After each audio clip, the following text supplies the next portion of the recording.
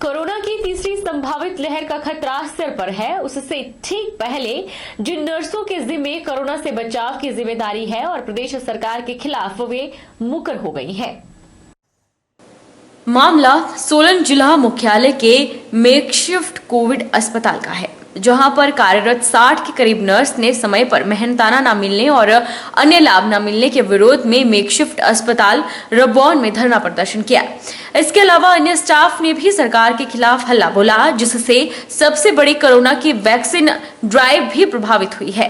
ये नर्सें vaccination drive पर जानी थी, जो कि अब अपनी मांगे पूरी न होने तक स्ट्राइक पर चली गई हैं, जिससे सरकार प्रशासन के दावे हवा हवाई हो गए हैं। कोरोना अस्पताल में लगे स्टाफ ने बताया कि ना तो उन्हें समय पर मेहनताना मिल रहा है और ना ही किसी तरह का इंसेंटिव दिया जा रहा है। उन्होंने कहा कि जब यहां उन्हें निजी कंपनी द्वारा आउटसोर्स पर रखा गया था तो उन्होंने जो कहा गया था वह उन्हें नहीं मिल रहा। स्टाफ ने कहा कि जब वह अपने हक को मांगते हैं तो उन्हें निकालने और उन पर एफआईआर करने की बात कही जा रही है। वहीं इन्हें ज्वाइनिंग लेटर भी लिखित में नहीं दिए गए हैं, सिर्फ व्हाट्सएप पर खानापूर्ति की गई है। उन्होंने सरकार और प्रशासन से उनकी मांगे पूरी करने की मांग की। और हम यहाँ पे मेकशिफ्ट हॉस्पिटल कोविड सेंटर में जॉब कर रहे हैं, तो यहाँ पे जो है हमें जितनी सैलरी बताई जा रही है, एक तो उतनी नहीं मिल रही है हमें टाइम टू टाइम, और दूसरा ये कि हमें फील्ड में भेजा जा रहा है। और हमारी जो है यहाँ पे, जब भी हम यहाँ पे बात करते हैं किसी भी चीज़ के लिए कि हमारी सैलरी कब आएगी, तो हमें ये बोला जाता है कि आपको यहाँ से रेस्टिकेट कर दिया जाएगा अगर आप लोग ज़्यादा बोलोगे। और सेकंड थिंग ये है कि हमारे जो भी पीएफ है, जो भी काट रहे हैं पीएफ, वो उनका हमें कोई पता नहीं है कि कहाँ काट रहे हैं, कितना है, क्या नहीं है, कुछ नहीं बताया है। तो हमारा ये इशू है सबसे बड़ा कि हमारी सैलरी नहीं आती है टाइम टेबल से। पिछले मंथ भी हमारी सैलरी का 29 तारीख को आई है। काम के लिए तो सब बोलते हैं, पर सैलरी के लिए कौन बोलेगा? जब सैलरी के लिए हम बोलते तो फिर हमें वो कि भी हाँ काम नहीं करते, ये नहीं करते, वो नहीं करते हैं। सर, हम चाहते हैं कि मतलब टाइम पे, आपको ऑलरेडी पता है, सबको पता है कि हम कोविड सेंटर में काम कर रहे हैं। वैसे तो बोलते हैं कि फ्रंट लाइनर्स हैं, बट फ्रंट लाइनर्स के अकॉर्डिंग ना तो कोई मतलब टाइम पे सैलरी मिल रही है, ना इंसेंटिव मिल रहा है। वहीं जब जिला स्वास्थ्य अधिकारी डॉक्टर मुफ्ता रस्तोगी से बात की गई तो उन्होंने बताया कि उन्होंने संबंधित कंपनी से बात की है कि उन्हें समय पर सैलरी मिलनी चाहिए। किसी को भी इन्होंने कोई इन्फॉर्मेशन रिटर्न में नहीं दी है कि ये स्ट्राइक पर जा रहे हैं। मालूम है, सभी को मालूम है कि जब कभी भी कोई स्ट्राइक की जाती है तो उसके पहले कोई एक रिटर्न ऑर्डर जो है वो हायर अथॉरिटी को इन्फॉर्मेशन दिया जाता है। आप अगर व्हाट्सएप ग्रुप में आधी रात को इन्फॉर्मेशन डालेंगे कि हम कल सवेरे से नहीं आएंगे, तो रात को तो हर समय तो व्हाट्सएप ग्रुप कोई नहीं देखता है। आप बताइए ना, व्हाट्सएप ग्रुप में भी ये 24 आवर पहले इन्फॉर्मेशन डाल देते, हमें बता देते ना। कल शाम को 8 बजे तक जब मैंने देखा है व्हाट्सएप ग्रुप, तब तक कोई इन्फॉर्मेशन उसमें नहीं आई थी। आप बताइए, इसमें डिजिटल मीडिया का हम मना नहीं कर रहे हैं। मैडम मांगे हैं हाँ, तनख्वाह को लेके, तो क्या वो उच्च स्तर पर उठाई जाएंगी? देखिए, हमारे पास जितनी, हमने खुद अपने स्तर पर कई बार इनके जो एम्प्लॉयर हैं उनसे कांटेक्ट करने की कोशिश करी है। उनको बार बार जिस ढंग से इन्होंने हमको वर्बली रिक्वेस्ट करी, हमने भी वर्बली रिक्वेस्ट करी। अगर ये हमको कुछ रिटर्न में देते, हम भी अपने हायर अथॉरिटी को रिटर्न में देते। निश्चित तौर पर जिला प्रशासन सोलन और सरकार भले ही तीसरी लहर की संपूर्ण तैयारियों का ढोल पीट रही हो, लेकिन हकीकत यह है कि व्यवस्थाएं चरमराई हुई हैं और यह हाल है स्वास्थ्य मंत्री के गृह जिला का। मंडी शहर के यू ब्लॉक में बनने वाले शॉपिंग मॉल और पार्किंग को लेकर मचे बवाल के बीच कंस्ट्रक्शन कंपनी के द्वारा एक प्रेस वार्ता का आयोजन किया गया, जिसमें कंपनी के पदाधिकारियों के द्वारा यह स्पष्ट किया गया है कि निर्माण कार्य को पूरी पारदर्शिता के साथ किया जा रहा है और इसके लिए सरकार के विभिन्न विभागों से मंजूरी ली गई है। मंडी शहर के यू ब्लॉक में पार्किंग व शॉपिंग कॉम्प्लेक्स को पीपी मोड पर तैयार किया जा रहा है और इस प्रोजेक्ट को सरकार की मंजूरी के बाद ही शुरू किया गया है। इस प्रोजेक्ट को प्रदेश सरकार के द्वारा मंडी शहर के लोगों की आवश्यकता के अनुरूप ही डिजाइन किया गया है, ताकि लोगों को आने वाले समय में इसका भरपूर लाभ मिल सके। कंपनी की ओर से पत्रकारों को जानकारी दी गई कि बच्चों को मिसगाइड किया गया है। विजय हाई स्कूल की 1 इंच जमीन भी नहीं ली गई है, जो प्राइमरी स्कूल यू ब्लॉक में चलता था उसकी जमीन है। उन्होंने बताया कि सरकार ने 4 करोड़ रुपए का कॉन्ट्रैक्ट अलग से दिया है। इसमें आधुनिक प्राइमरी स्कूल बनाया जाएगा। स्कूल भवन के साथ स्टेज, ड्राइंग रूम और कैंटीन भी उसी के अंदर आएंगे। पार्किंग स्थल के निर्माण में लगभग 100 करोड़ का खर्चा आना है और उसके रखरखाव व प्रबंधन पर प्रति वर्ष लाखों का खर्चा होगा। इन सभी बातों को ध्यान में रखते हुए प्रदेश सरकार ने इस पार्किंग स्थल का निर्माण पीपीपी मोड पर करने का निर्णय लिया, ताकि इस पर सरकार को निवेश न करना पड़े और प्रतिवर्ष लाखों रुपए की आय भी होती रहे। आप सोचिए, इसमें सरकार कहाँ गलत है। प्रशासन ने इसमें सभी नियम जैसे जल अग्नि, तकनीक, सुरक्षा, वातावरण व प्रदूषण और जनता की सस्ती दरों में जैसे 20 रुपये प्रति 2 घंटे में पार्किंग सुविधा प्रदान करने जैसी बातों का ध्यान में रखकर इसके निर्माण की पूरे देश में खुली ऑफर दी। उन निविदाओं में आपके शहर की ही एक कंपनी ने उसे चैलेंज मानकर उस ऑफर को स्वीकार किया, तो यह तो आपके भी सम्मान की ही बात है। निर्माण कंपनी के लक्ष्य में तो यह है कि इसका भव्य और गरिमापूर्ण निर्माण हो, जहां सभी को अच्छा महसूस हो। इस परियोजना में जितनी लागत खर्च होगी, क्या इसमें जोखिम कम होगा? यदि आपके बीच का ही एक आदमी ऐसे जोखिम के लिए तत्पर है, इसके बनने से कम प्रत्यक्ष 2000 लोगों और अप्रत्यक्ष सैकड़ों लोगों को रोजगार मिलेगा।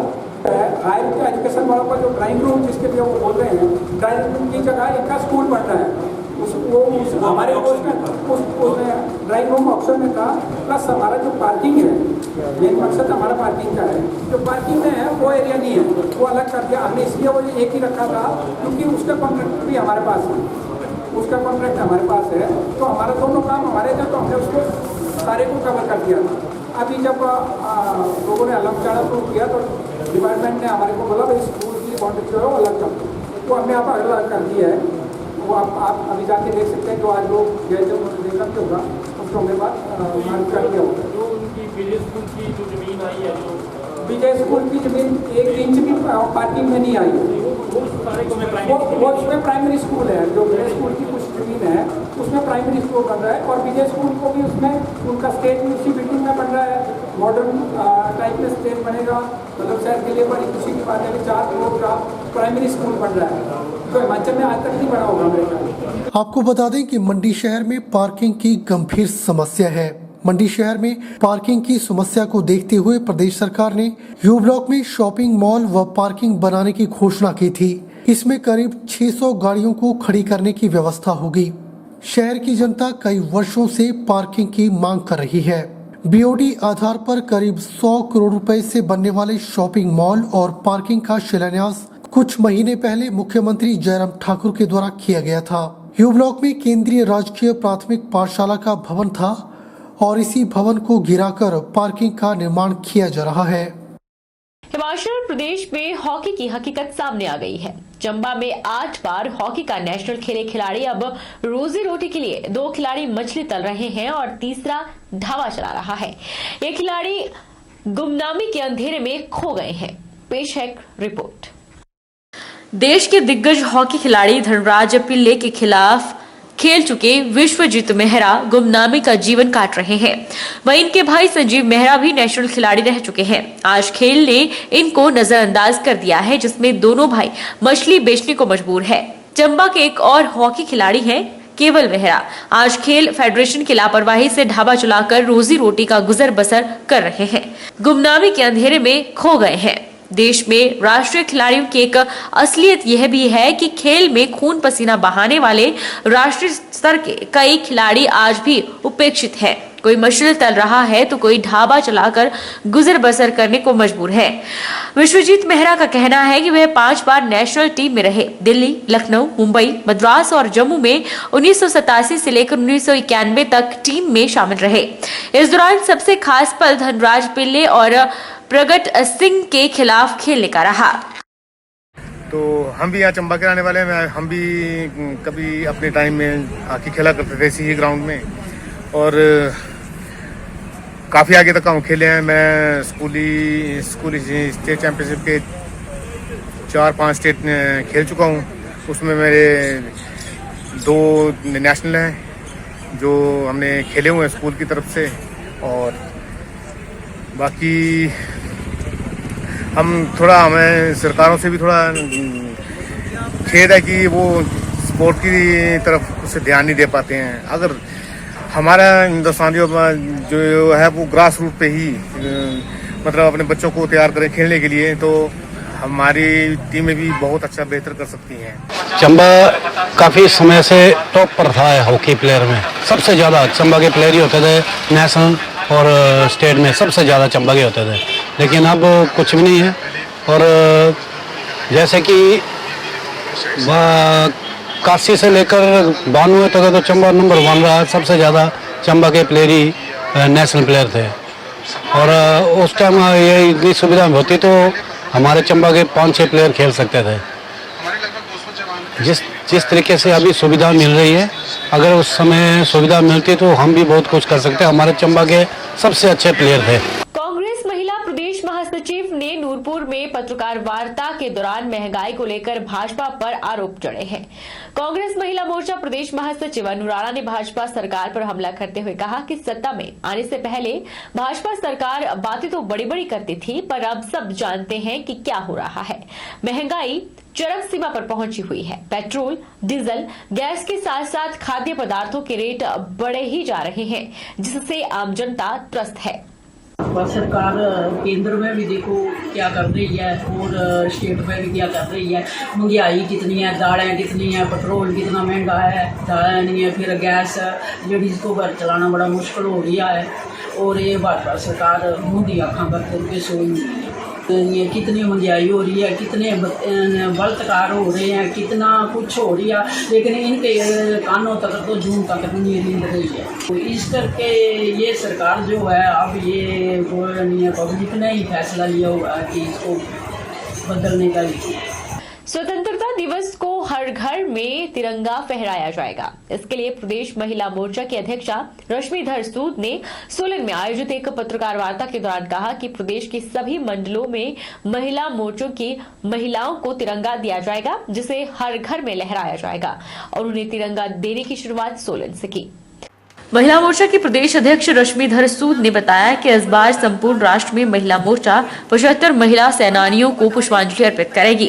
उन्होंने कहा कि प्रदेश महिला मोर्चा द्वारा सिरमौर जिला की 2 महिला स्वतंत्रता सेनानियों को सम्मानित किया जाएगा। इसके अलावा स्वतंत्रता दिवस के दिन सोलन में एक तिरंगा यात्रा भी निकाली जाएगी, जो कि देशभक्ति से ओतप्रोत होगी। 75वीं स्वतंत्रता की वर्षगांठ पर महिला मोर्चा राष्ट्र ने ये निर्णय लिया है कि हम 75 स्वतंत्रता महिला सेनानियों का जो है वो अभिनंदन करेंगे, उनको पुष्पांजलि देंगे, उनको याद करेंगे।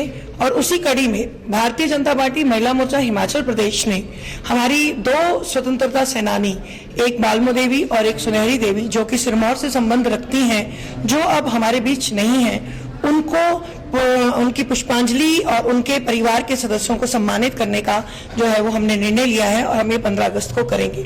और दूसरा, महिला मोर्चा हिमाचल ने ये निर्णय लिया था जब हमारे प्रदेश के मुख्यमंत्री माननीय जयराम ठाकुर जी को, उसके बाद हमारे राष्ट्रीय अध्यक्ष जगत प्रकाश नड्डा जी को और अन्य नेताओं को जब आतंकियों ने धमकी दी थी, तो हमने उसी दिन निर्णय ले लिया था कि हम हर घर पे जो है वो तिरंगा फैलाएंगे और उस तिरंगे के माध्यम से उनको ये जवाब देंगे कि तिरंगा हमारे देश की आन शान, और ये पूरे देश में एकता का प्रतीक जो है वो ये हमारा तिरंगा है। तो हर घर में इस बार तिरंगा जाएगा, और बूथ में जो हमारी 20 बहनें हमने जोड़ी हैं, उनको भी इस तिरंगे का वितरण आज हमने आप यहाँ पर किया। वक्त चला है छोटे से ब्रेक का। ब्रेक के उस पार फौरन लौटेंगे, आप बने रहिए हमारे साथ।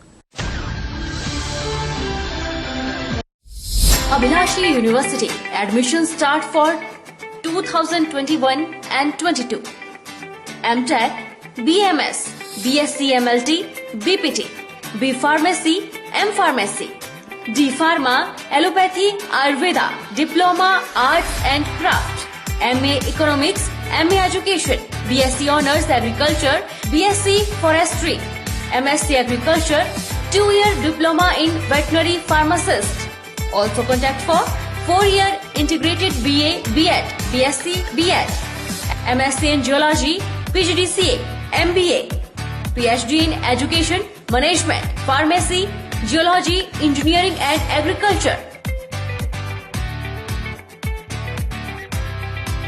Contact for admission. Abhilashi University, Chalchok, District Mandi, Himachal Pradesh.